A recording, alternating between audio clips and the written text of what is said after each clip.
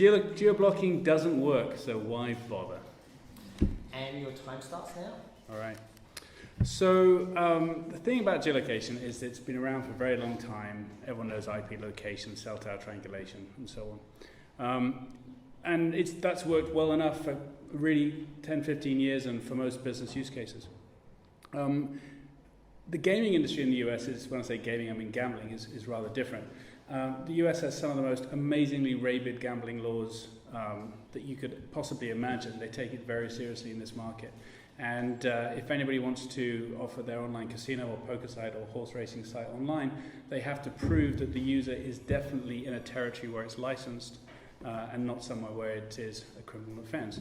So what that means is that if you are one of these brands, these are all our customers, and you take a customer from the wrong side of the state line and your geolocation system isn't good enough, you could face up to a 5-year criminal sentence. And not just you, but the directors of the payment method used by the player. And that's the directors of Citibank, Amex, etc., PayWizard, definitely on the hook. So that basically puts such a high bar that this whole sector wouldn't even exist without effective geolocation. And we created the company nearly 4 years ago to do that. And we have 100% market share in the US today with all the major brands that you could think of. So geolocation does work, and it works across all the usual devices that everybody uses. We've been installed in over 200 million devices already. So why would you bother? Now it's theoretically possible, so why bother? It's all about premium rights. Premium rights sell for premium prices. And if you look at these sports rights, these are really sports and Netflix's own content expenditure. These are big ticket items.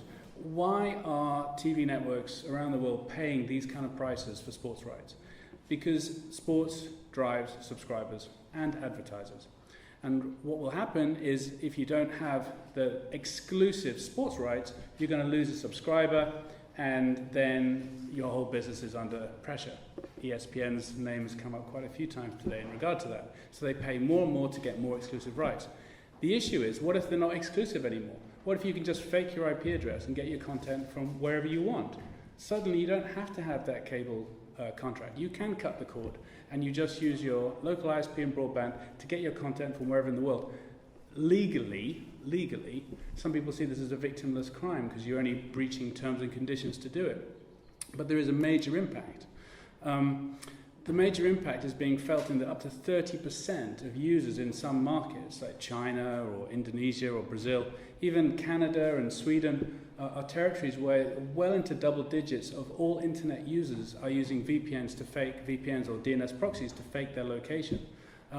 Because why wouldn't you? There's such a cornucopia of content available to anybody outside of the US normally who wants to access this content. And they are. This is such a large number, you can't sweep bad geolocation under the media industry's carpet anymore. This is now a big issue, and it's affecting valuation for content.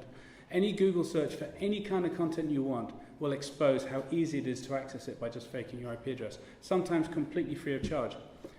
So we did a little case study out of interest for ourselves to the Premier League recently.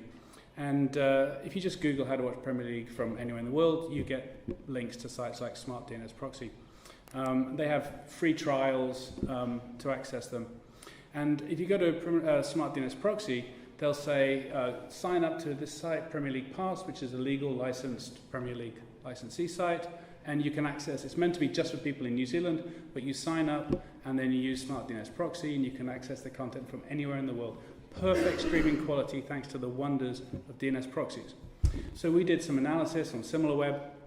Who goes to Premier League Pass, a New Zealand only Premier League site? They all go to all these location faking sites. Smart DNS Proxy, IPVanish, Unlocator, Overplay.net. This is where their traffic is coming from. And if you look at their exit traffic, the number one destination for all their exit traffic, an error page on unlocator.com. Premier League sells for £2 billion a year exclusively for the UK alone. UK traffic is going to Premier League Pass. They're paying 10% of the price of a Sky Sports subscription to get twice as many games as you can legally watch in the UK.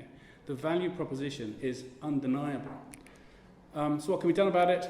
A lot. GeoComply has 35 engineers that do nothing but this. This is all we do. It's a boring subject, but it's our specialist subject. Well played. I think. There we go. Time for questions. That was great. So, do you know the extent? What are some of the hot areas for people using VPNs to get into content? What areas of the globe? I mean, I suppose people would typically say China. Is that right? Yeah, China, they're also doing it because they can't access Facebook and so on. So there's one of the big red herrings around this is that blocking VPNs means it's a privacy issue and you're cutting down on people's ability to access real news. It's nothing to do with that.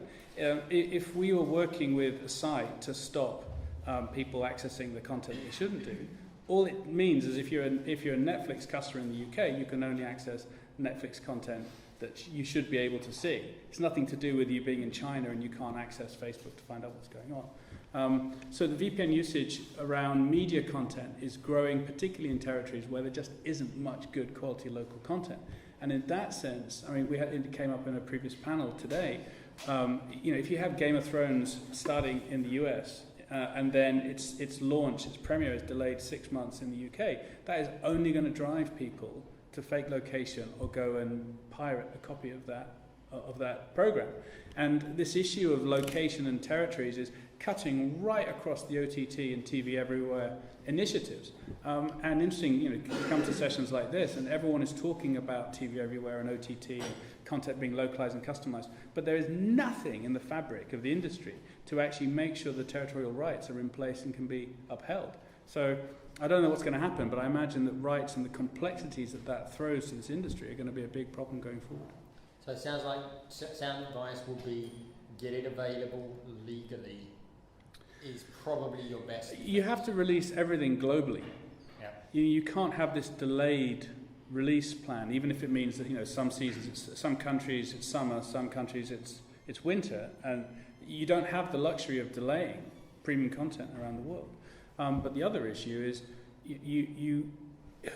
which small country's TV network is going to pay a premium for premium content when they know that everyone's already watched it somewhere else?